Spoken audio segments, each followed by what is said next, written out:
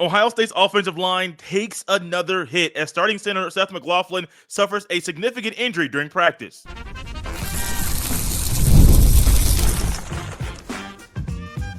You are Locked On Buckeyes, your daily podcast on the Ohio State Buckeyes. Part of the Locked On Podcast Network, your team every day. Welcome in, Buckeye fans, to this bonus episode here at Locked On Buckeyes, which is your daily Ohio State podcast, part of the Locked On Podcast Network, your team every day. I'm your host, Jay Stevens, also the host of the Jay Stevens Podcast. And during this Buckeye Blitz, we're going to discuss how Ohio State overcomes a setback on the offensive line, as it has been reported by the Columbus Dispatch that Seth McLaughlin suffered an Achilles injury during practice on Tuesday, and he's out for the year, y'all. Now, that has not been confirmed by Ryan Day yet. We're going to wait to hear from him after Wednesday's practice. But via the report by the Columbus Dispatch, this is not good at all.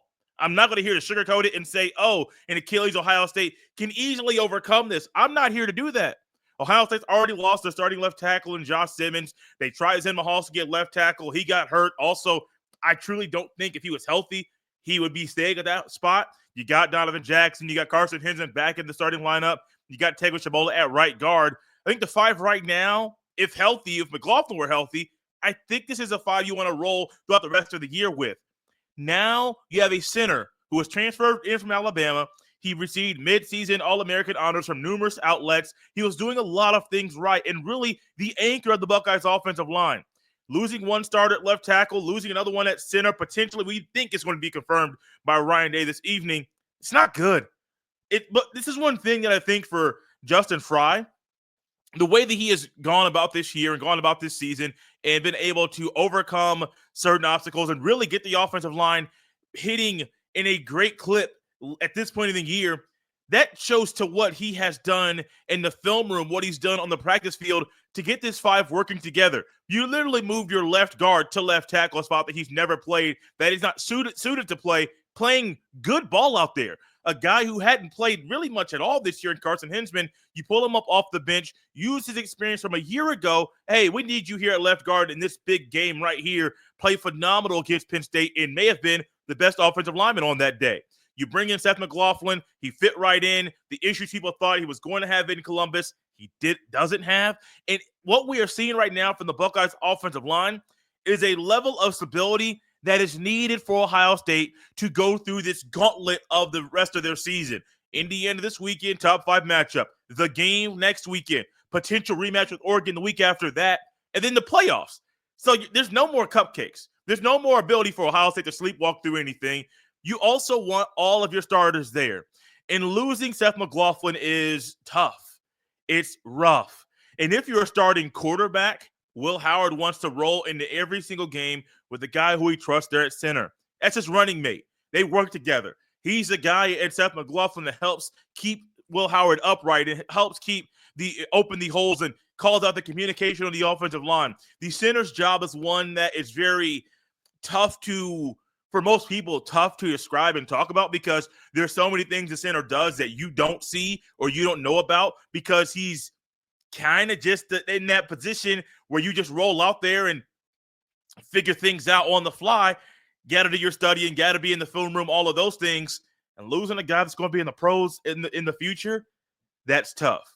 Now, Ohio State, I believe, does have the guys to overcome this adversity and overcome this injury. Most guys, most teams in the country that are at the caliber of Ohio State don't suffer 2 injuries on the offensive line.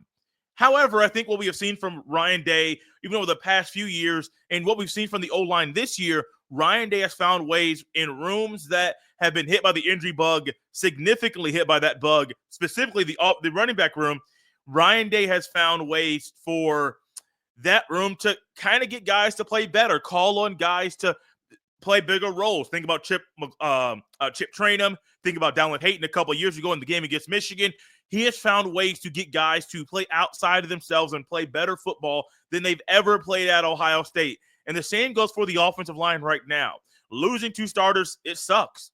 But Ohio State's going to have to rely on guys and lean on guys that have played good ball, that have played significant ball. And I got one guy on my mind that I think Ohio State can insert into the offensive line heading into this weekend that can drastically help Ohio State's chances to not only win this weekend, but also to help Ohio State build confidence going towards the game, a potential rematch in the Big Ten Championship with Oregon, and whatever the Buckeyes face in the playoff. I'll dive into that next.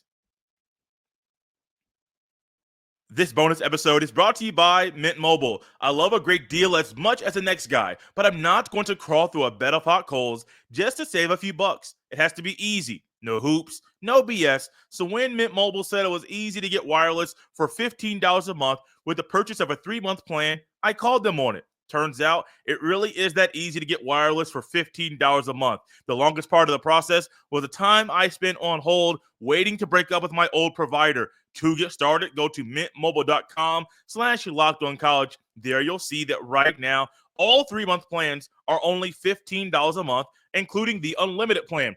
To get this new customer offer and your new 3-month premium wireless plan for just $15 a month, go to mintmobile.com/lockedoncollege. That's mintmobile.com/lockedoncollege. Cut your wireless bill to $15 a month at mintmobile.com/lockedoncollege. $45 upfront payment required. New customers on first 3-month plan only. Speed slower above 40 gigabytes on unlimited plan. Additional taxes, fees, and restrictions apply. See Mint Mobile for details. This episode is brought to you by Skylight Frame. If you come from a big family, it can be hard and expensive to buy each one a personal gift for the holidays. Well, we've got the perfect gift for you. Skylight Frame is a touchscreen digital photo frame your whole family will love. Upload thousands of photos with your phone and watch them appear in seconds. It's so easy to use that setup takes less than 60 seconds. You're able to invite friends and family to easily share photos via the free Skylight mobile app. It only takes a tap on your phone to send new photos to a frame across the country. It's the fastest, easiest way to keep loved ones in the loop. They'll feel so much more connected to you. And now, as a special limited time offer for our listeners, get $20 off your purchase of a Skylight Frame when you go to skylightframe.com/college. That's SKYLIGHTFRAME.com/college. Get $20 off your purchase now at skylightframe.com/college. Thank y'all for tapping into this Buckeye Blitz right here at Locked On Buckeyes, which is your daily Ohio State podcast, part of the Locked On Podcast Network, your team every day. Now, I'm sure many of you are wondering, Jay, how in the world is Ohio State going to overcome losing a second offensive lineman this year, especially heading into a top 5 matchup with the Hoosiers on Saturday? Well, it's kind of easy. It's honestly one of those things that we saw happen this year where Ohio State has 2 pieces to fix the puzzle that are right there on the team right now. It's easy. Carson Hinzman started 12 games at center a year ago. I think right now the best thought is to move him from left guard to center. And then you bring in Austin Siereveld, who started a couple games replacing Donovan Jackson early in the year due to Donovan Jackson's early injury. That's your fix. Hinzman moves over to center where he was last year. And then you have Austin Siereveld come in at left guard. Now, what if Ohio State wants to keep Hinzman at left guard, which I don't think is likely, but let's just say they do. In comes Josh Padilla. He's been the backup for Ohio State at center for a few games. He backed McLaughlin up against Purdue and against Northwestern the past 2 games. So he's already getting run and already getting that play at that position. I think what we know about Ohio State is they have a belief in Carson Hinzman right now that they did not have early in the year. Ryan Day said in fall camp that Carson Hinzman and Seth McLaughlin were they could swing back and forth between center and right guard. Hinzman, I don't think has played right guard very much at all this year. I think he's played a couple snaps, but not consistently. So I don't think you're moving Shabola. I think you're keeping Hinzman back at center because that's what you want. You want someone, especially this weekend, where the Hoosiers are they're going to get pressure up the middle. They're really good at stopping the run. And if you bring in a backup right there at center, that's kind of bringing in a backup right there at left tackle. It could be bad news for the Buckeyes. You want experience right there in the middle, and you already have a guy who has experience starting at left guard, not at center, but at left guard in Siereveld. Put him right there. Now, the other thought is, is there anybody else that might be put into this role? Let's say Siereveld isn't the guy at left guard, but Hinzman is a guy at center. Luke Montgomery? That's kind of the last straw, the last guy that I think Ohio State's going to consider right now. My gut tells me, and I think yours does too, Hinzman at center, Siereveld at left guard, and your starting lineup for this weekend should be this. Donovan Jackson, left tackle. Austin Siereveld, left guard. Carson Hinzman, center, right guard, Tego Shabola, and then right tackle, Josh Frye. It's not ideal, but it's what you got to work with. Ohio State, unfortunately, has been hit with the injury bug at a very important position during a very important week.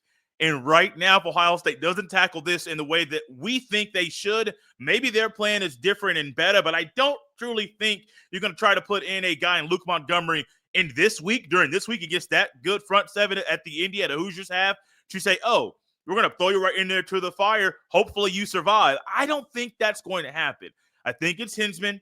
I think it's Siereveld. And I think those are the two guys that Ohio State's going to lean on to overcome this setback, because I do think this is a setback Ohio State can overcome. I'm not talking about going into the playoff. I'm talking about what that means down the road for this week, for the game against Michigan, and for potential rematch. Now, there's going to be the big one that week if they play Oregon, who's already locked in a spot in the Big Ten championship game. But for this week and going forward, that's your 5. And you're praying that nobody else gets hurt. We don't like injuries. Nobody likes injuries. But when they happen this week, in this point in time, oh man, it's really unfortunate. Thank you all for tapping into this Buckeye Blitz. That might be what we call these bonus episodes around here that have a football flavor. For a basketball flavor, Buckeye or shorter episode. Figure out something else to call those. Right now, it's the Buckeye Blitz right here at Locked On Buckeyes. And appreciate everyone tapping in.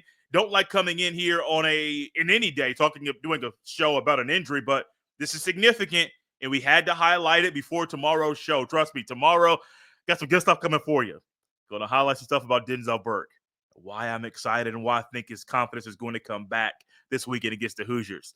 Can't give all the stuff out yet. Going to tap into that tomorrow. Follow me on Twitter and on Blue Sky at jstevens07. Send every email to jstevens317@gmail.com. We're up out of here, Buckeye fans, on this Wednesday. We'll see you next time.